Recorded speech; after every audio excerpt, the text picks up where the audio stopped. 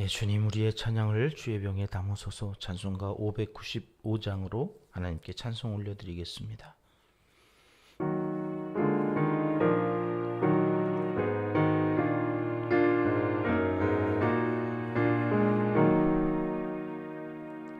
나 맡은 본분은 구주를 높이고 문 영혼 구원 얻도록 잘 인도함이라. 부르심 받들어 내 형제 섬기며 구주의 뜻을 따라서 내 정성 다하리. 주 앞에 모든 일 잘 행케 하시고 이후에 주님 배울 때 상 받게 하소서. 나 항상 깨어서 늘 기도드리며 내 믿음 변치 않도록 날 도와주소서.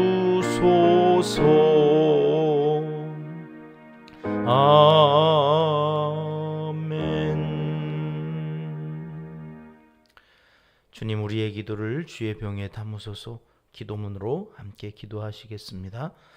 찬양 받으시기에 합당하신 우리 아버지 하나님, 부족하고 연약한 인생이지만 이렇게 걸작품으로 만들어 주시고 은혜로 부르셔서 하나님의 자녀 되게 하사 사명을 감당하는 복된 길 걷게 해 주심을 진심으로 감사드립니다.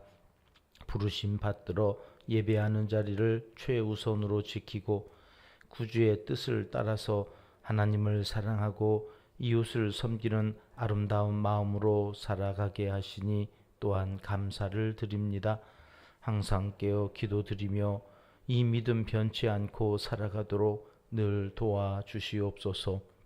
완악한 바로의 명령에도 하나님을 경외함으로 하나님의 뜻을 따랐던 여인들로부터 한 생명을 지켜주시고 이제 사명을 허락하여 주셔서 위대한 역사를 이루게 하신 하나님을 찬양합니다.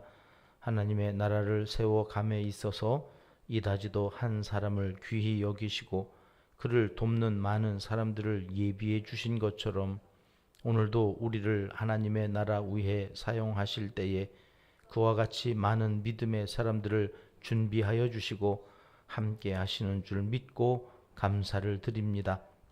비록 특출나게 잘하는 것은 없사오나 서로가 신뢰하며 믿고 의지하며 감사함으로 자원하여 일을 해 나갈 때에 여기 하나님의 나라가 더욱 흥왕케 하옵시고 더욱 아름답고 견고하게 세워져 가게 하옵소서. 모든 주님의 백성들이 즐거워하며 기뻐하며 믿음으로 구원 얻는 거룩한 신앙 공동체를 이루어 가게 도와주시옵소서.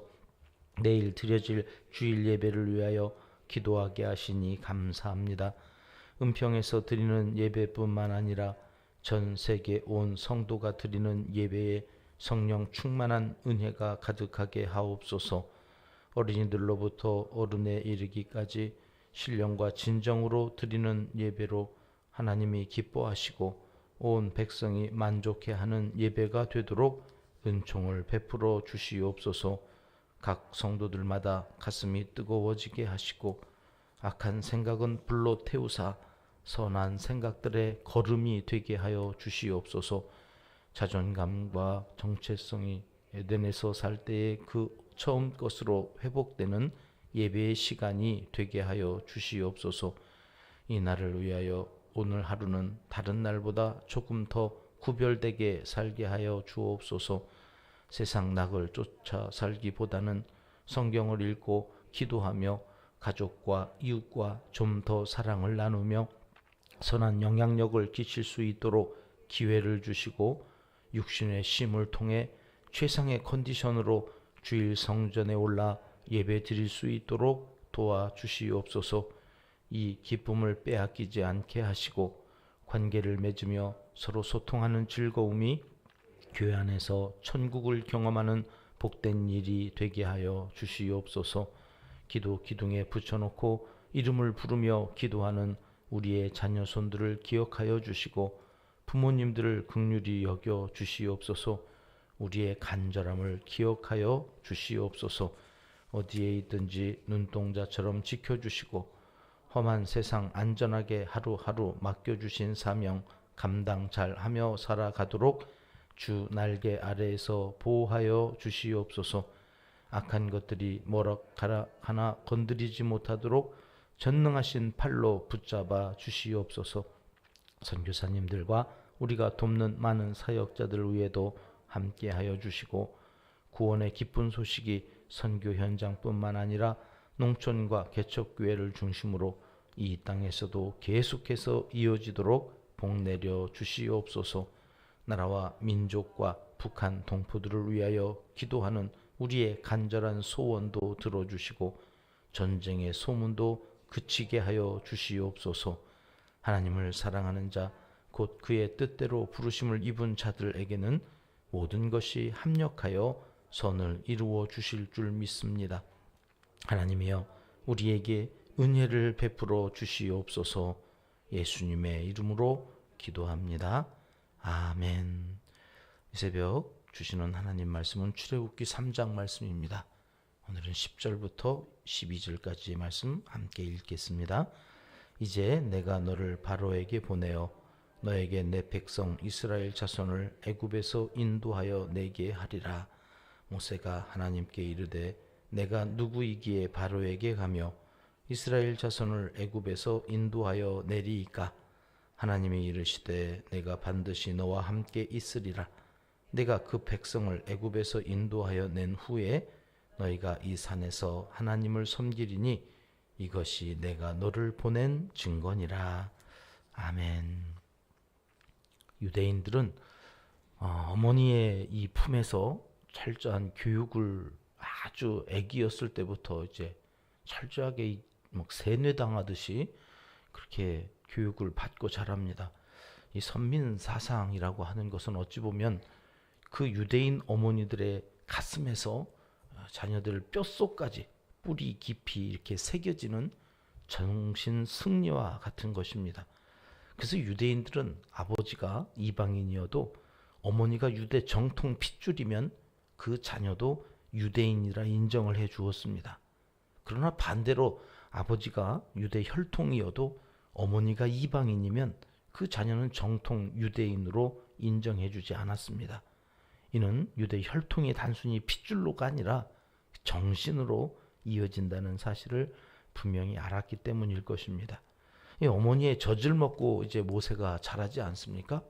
그 공주의 이제 양자로 그렇게 왕궁에서 이 이집트의 문명, 그 세계에서 가장 발달된 철학과 문화를 가지고 있는 그곳에서 최신식 교육을 받고 자라지만 그 어머니의 젖을 빨고 그 어머니의 가슴에서 자라는 동안 뼛속까지 이 모세도 내가 히브리 사람이구나, 내가 히브리인이구나, 어느 날에는 내가 이제 히브리 이 민족을 위해서 뭔가 해야 되겠구나, 이제 그런 생각들을 하면서 자랐겠지요. 우리가 잘 아는 말씀인데요. 출애굽기 2장 11절 12절 말씀을 우리 같이 읽어보겠습니다. 시작. 모세가 장성한 후에 한 번은 자기 형제들에게 나가서 그들이 고되게 노동하는 것을 보더니 어떤 애굽 사람이 한 히브리 사람 곧 자기 형제를 치는 것을 본지라. 좌우를 살펴 사람이 없음을 보고 그 애굽 사람을 쳐 죽여 모래 속에 감추니라. 이 무슨 이야기예요? 어려서부터 내가 히브리 민족을 위해서 뭔가 해야 된다고 하는 이 열심이 장성한 후에, 이게 이제 장성한 후라고 하는 게 벌써 40이 가까워진 나이입니다. 그냥 어른이 되어서 그것을 실행한 것이 뭐냐면 자기 민족을 괴롭히는 애굽 사람 쳐 죽이는 거예요. 얼마나 이 다혈질인지 이 분노가 막 올라오니까 이게 해도 되는 건지 하면 안 되는 건지 슬쩍 좌우를 살폈다는 거 보니까 그건 알았던 것 같아요. 그런데 이미 뭐 분노 게이지가 이 이성을 마비시켜서 그냥 때려 죽이는 그런 일들을 서슴없이 했습니다. 히브리인이기 때문에 히브리인 편에서 뭔가를 해야 된다고 하는 마음이 앞서서 결국 살인자가 되고 만 것입니다. 이제 이 일로 인하여서 정적들에 의하여 바로에게 이 애굽 사람을 때려 죽인 그 일이 뭐 반역같이 이제 이렇게 확대되어져서 이제 그 바로의 눈을 피해서 도망가야 되는 그런 일이 생겼다. 그게 40살 때 되어진 일입니다. 아시다시피 모세가 120살을 사는데 40, 40, 40 이렇게 3등분 되어진 인생을 살아요. 왕궁에서 40년, 바로 밑에서 있다가 그렇게 도망 나와서 이제 40년을 광야에서 지내죠. 양을 치면서 지내고, 그리고 이제 오늘 3장에서 80살이 되었습니다. 40년이 지난 그 80살이 되어진 해에 하나님께서 모세를 찾으시는 겁니다. 모세야, 모세야. 이렇게 그렇게 떨기나무 불꽃 가운데에서 그 모세를 부르시면서 이제는 네가 내 일을 좀 해야 되겠다. 이제 이렇게 3장이 진행되어지는 그 과정에서 오늘 10절로 12절까지의 말씀을 우리가 살펴보겠습니다. 우리가 오늘 함께 읽은 본문 10절 말씀 한 번 더 같이 읽습니다. 시작. 이제 내가 너를 바로에게 보내어 너에게 내 백성 이스라엘 자손을 애굽에서 인도하여 내게 하리라. 누군가 나를 필요로 한다는 일은 얼마나 감동스러운 일입니까? 감사한 일입니까? 더더구나 그 누군가가 창조주이신 하나님이시면, 그분께서 나를 쓰시겠다고 부르시면 여러분 얼마나 영광스러운 일이겠습니까? 그런데 현실적으로 막상 그 부르심에 응답하는 당사자 입장은 사실은 난감할 때가 많은 것이 사실입니다. 모세가 그랬다는 겁니다. 나이 80에 무슨, 그런 마음이 컸기 때문에 11절에 모세가 하나님 앞에 이렇게 얘기합니다. 모세가 하나님께 아뢰되 내가 누구이기에 바로에게 갑니까? 아니, 보낼 자를 보내세요. 뭐 이렇게. 내가 나이 40에 그래 민족을 위해서 뭔가 하려고 할 때는 그때 어디 계셨습니까? 이런 얘기입니다. 아니, 그 젊은 날 건강할 때 힘 있을 때 그때 쓰시지. 하나님 그때는 뭐 하시고 이제 내 나이 80입니다. 80살 계세요? 오늘 새벽에 나오신 분 중에 80살 안 계시잖아요. 80이 되어지면 하던 것도 내려놓을 판이요 지금. 그런데 이제 40살 그때에 뭔가 하려고 할 때는 어디 계시다가 이제 힘도 빠지고 자존감도 다 바닥을 치고 있는 이때에 나타나셔가지고 뭐 이제 뭐 나보고 뭘 하라고요? 뭐 이런 이야기입니다. 여러분, 이 말씀 속에서 우리는 모세라는 사람이 여지껏 풀지 못한 두 개의 인생 물음표가 있다고 하는 것을 알 수 있습니다. 첫 번째는 자기 자신에 대한 물음표입니다. 나 누구지? 하나님이 지금 부르시는 이 80세 먹은 나는 누구지? 그걸 자기도 모르겠고, 그러니까 하나님 지금 나타나서 뭘 하라고 하는 그 하나님 앞에 묻는 겁니다. 자존감이 바닥이었기 때문에 내가 누구인지를 모르겠다는 이야기입니다. 정체성을 잃어버렸습니다. 처가살이 40년입니다. 여러분, 처가살이는 겉볼이 서멀만 있어도 안 한다는 게 처가살이잖아요. 저도 신학생이 돼가지고 장모님 그 밑에서 뭐 어떡하겠어요. 아이를 키우고 그때 교육전사 사례비가 33만 원이었거든요. 사례비 11조 내고 감사헌금 하고 그러고 왔다 갔다 학교 그 신학생 생활하면 애 분유값이 없는 거예요. 분유값이. 키워야 되는데. 친구한테 가서 야, 10,000원만 좀 빌려줘라. 그래가지고 애 분유값을 얻어오는 그 길이 얼마나 비참했는지 몰라요.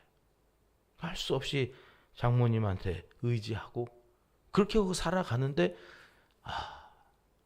아무리 주의 일을 하고 뭐 장모님이 믿음이 있어서 하나님의 일 한다고 하셨겠지만, 아내하고 아이하고 뭐 처가 식구들한테 이 면이 안 서요. 면이. 저는 그거 신학생 때 몇 년 했는데, 여러분 모세가 몇 년 했다고요? 그 처가살이를 40년을 했다고 생각해보세요. 무슨 자존감이 있겠어요? 죽지 못해 사는 인생 아니었을까요? 근데 이제 와가지고 뭐 하라고요? 지금 하나님한테 막 들이댈 것 같아요. 내가 하나님이 한다고 할 때는 쳐다보지도 않더니 이제 와가지고 뭘 하라고 막 그러느냐고. 이게 내가 누구이기에, 여기에 담겨져 있는 모세 자신에 대한 물음표입니다. 하나님을 못 믿어서가 아닙니다. 나를 못 믿겠다는 겁니다. 나 80살이 된 내가 뭘 할 수 있단 말입니까? 또 하나의 물음표는 하나님이 가라 한 그 이스라엘 백성에 대한 물음표입니다. 그 사람들이 자기를 이런 신세가 되게 한 장본인이었거든요. 내가 애굽의 왕자는 아니었지만 거의 왕자 대접을 받고 권세를 누리면서 살 때에 내가 그래도 자기들을 위해서 했던 거 아닙니까? 애굽 사람이 히브리 사람을 괴롭히니까 그렇게 해서 했는데, 그 다음날 나가봤더니 주들끼리 싸우는 거예요. 히브리 사람끼리 싸우니까 그걸 말리는 거예요. 그러면 안 된다. 우리는 힘을 합쳐서 저 애굽을 대항해야지 우리끼리 싸우면 되겠느냐고 막 그랬더니, 그 중에 한 사람이 뭐라고 그래요? 어제 애굽 사람 죽인 것처럼 나도 죽일래? 막 이러면서 또 모세한테 이 싸움은 말리려고 했다가 괜히 불똥에 튀면 이게 더 힘들어지는 그 일들이 모세에게 생겼는데, 그때에 모세의 정적이 있었던 거죠. 저 바로의 공주, 그 바로의 딸의 양자인 저놈이 바로의 권세를 이어서 뭔가 이 정치적인 암투가 그러니까 얼마나 셌겠습니까? 왕궁에서는 뭐 그런 거 있는 거 아니겠습니까? 왕이 되면 왕의 형제들을 다 죽이는 그런 조선시대 사극들도 가끔 보는데, 이제 그런 정적들에 의해서 그런 일이 있다더라 모세. 그래서 이제 도망간 거예요. 바로가 괘씸하게 여기고 모세를 죽일까봐 도망간 거죠. 그렇게 해서 40년 그렇게 바닥을 치고 살았으니 마음속에 무슨 원망이 있었을까요? 그때 그 히브리 사람이 그렇게만 안 했어도, 내가 주들을 위해서 뭘 했는데 나한테 이렇게 갚아? 뭐 그러면서 마음속에 원망도 있었을 거고. 그런데 그 사람들을 위해서 나보고 지금 이 나이 먹어서 가라고 바로한테? 아이고 그건 못하지. 이런 마음이 있는 거예요. 이스라엘 백성들이 어떤 사람들인데 그 사람들한테 제가 갑니까? 이 물음표가 있는 거예요. 우리네 인생 물음표가 참 많습니다. 그렇지 않습니까? 내가 살아온 이 믿음의 길이 정말 맞는 걸까? 여지껏 걸어온 대로 이렇게 계속 살아도 되는 걸까? 혹시 틀린 길로 가고 있는 것은 아닐까? 뭔가 놓치고 살아가는 것은 없나? 물음표가 왜 이렇게 많습니까? 왜 저 사람은 나보다 저렇게 더 행복하지? 저 사람들은 놀면서도 왜 나보다 더 빨리 앞서가지? 여러분, 목사인 저도 물음표가 얼마나 많이 있는지 모릅니다. 한 드라마에서 주인공이 상대 배우에게 이런 말을 하는 장면을 제가 찾았습니다. 자기 인생에 물음표를 던지지 마. 그 여배우가 어떤 시험 취직하려고 이렇게 시험을 치고 나왔는데, 이게 잘 보고 나왔는지 못 보고 나왔는지 풀이 죽어 있으니까 이제 남자 배우가 그 여자 배우에게 하는 말이에요. 자기 인생에 물음표 던지지 마. 그냥 느낌표만 던져. 물음표랑 느낌표 섞어서 던지는 건 더 나쁘고, 난 될 거다. 난 될 거다. 이번엔 꼭 될 거다. 느낌표. 알았어? 느낌표만 찍고 가라. 그런데 사실 이 대사도 웃기는 말이죠. 이게 자기 최면 같은 건데 말이죠. 말한 대로 이루어진다? 그러나 이게 누군가에게는 정말 사람을 더 불안하게 하는 거거든요. 제가 어릴 적 자존감이 바닥을 치며 살 때 이상하게 저는 입으로 긍정을 말하면 꼭 반대로 결과가 나오는 거예요. 그런데 또 신기하게도 말을 거꾸로 해. 나 시험 못 봤어. 그러면 성적이, 시험은 못 봤는데 등수가 막 올라가고 그런 거 다 못 본 거예요. 그러니까 나도 못 보고 쟤들도 못 보는데 쟤들은 더 못 봐서 나 시험 망쳤어. 그러면 등수가 막 올라가 있고, 나 망했어. 난 떨어진 것 같아. 그러면 붙는 거예요. 그러니까 그런 몇 번의 경험만 하면 나는 긍정을 얘기하면 꼭 결과가 안 좋다고 하는 이상한 여기에 붙들려 가지고는 말을 꼭 반대로 하는 거예요. 잘 봐놓고도 잘 봐놨다고 늘 말하면 성적이 안 나왔지, 등수가 떨어졌지, 그게 있으니까 나 시험 망쳤어. 잘 봤다고 하면서 말은 그렇게 한 거예요. 근데 이제 이게 습관이 돼가지고 꼭 말을 부정적으로 이제 하니까 그걸 듣던 엄마가 하루는 넌 그 입 때문에 망할 거라고. 넌 말을 해도 꼭 그렇게 하느냐고 막 등짝 스매싱을 막 당하기도 하고 그러면서 뭐가 문제인지도 나는 거꾸로 말을 해야 인생이 풀리는데 이런 게 이제 저 가운데 있었던 거예요. 그땐 믿음도 없고 나 자신에 대한 확신도 없어서 자신감 없이 그렇게 살았습니다만은 여러분 우리 안에 그런 물음표가 있는 거죠. 야, 이게 뭐냐? 모세가 지금 그러고 있는 겁니다. 그 물음표를 느낌표로 바꿔야 되는데 여러분 그것이 우리가 자꾸 말을 해가지고 쇠뇌시킨다고 되는 문제가 아니라 그러면 더 불안한 사람이 있는데 어떡합니까? 그래서 오늘 하나님께서 우리에게 느낌표 인생으로 만들어주시기 위한 해결책을 12절에 이렇게 말씀하십니다. 12절 한 번 더 같이 읽어보죠. 하나님이 이르시되 내가 반드시 너와 함께 있으리라. 내가 그 백성을 애굽에서 인도하여 낸 후에 너희가 이 산에서 하나님을 섬기리니 이것이 내가 너를 보낸 증거니라. 아멘. 너 자신도 알고 나 자신도 아는 것, 그것이 뭐냐? 여러분 이때 3장에 나타난 그 하나님이 자신의 이름을 묻는 모세에게 나는 여호와니라. I am who I am. 나는 스스로 있는 자다. 이러시면서 그 여호와라고 하는 이름 앞에다가 관용어구처럼 붙이는 말이 뭐냐면 나는 여호와, 아브라함의 하나님, 이삭의 하나님, 야곱의 하나님, 나 여호와, 이렇게 말씀을 하신단 말이에요. 이게 무슨 얘기예요?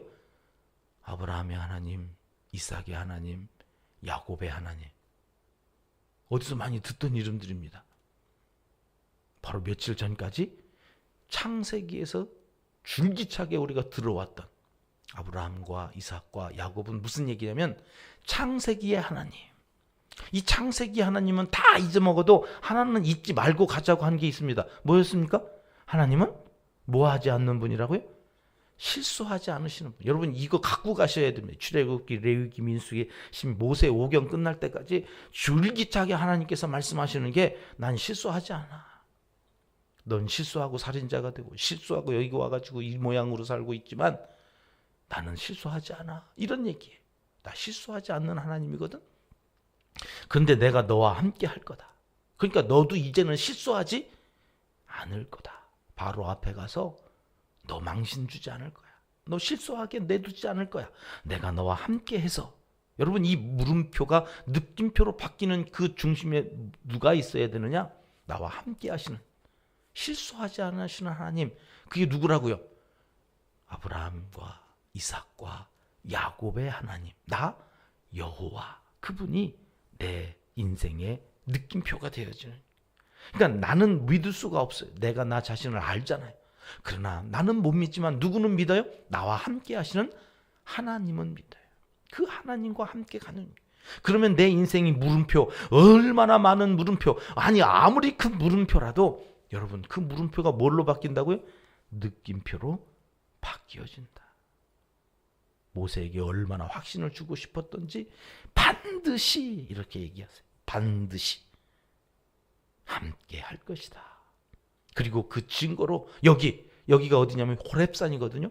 이제 우리가 신명기에 가면 하나님께서 그 많은 언약 중에 이제 정말로 가장 큰 언약, 이 호렙산 언약이, 이 호렙산에서 하나님이 율법을 주시면서 그 율법 언약을 맺으세요. 호렙산 언약이라고 하는데 여러분 그 증거로 나타내 보여줄 것이다. 이렇게 약속해 주시는 것입니다. 모세가 이제 그 약속을 붙들고 갑니다.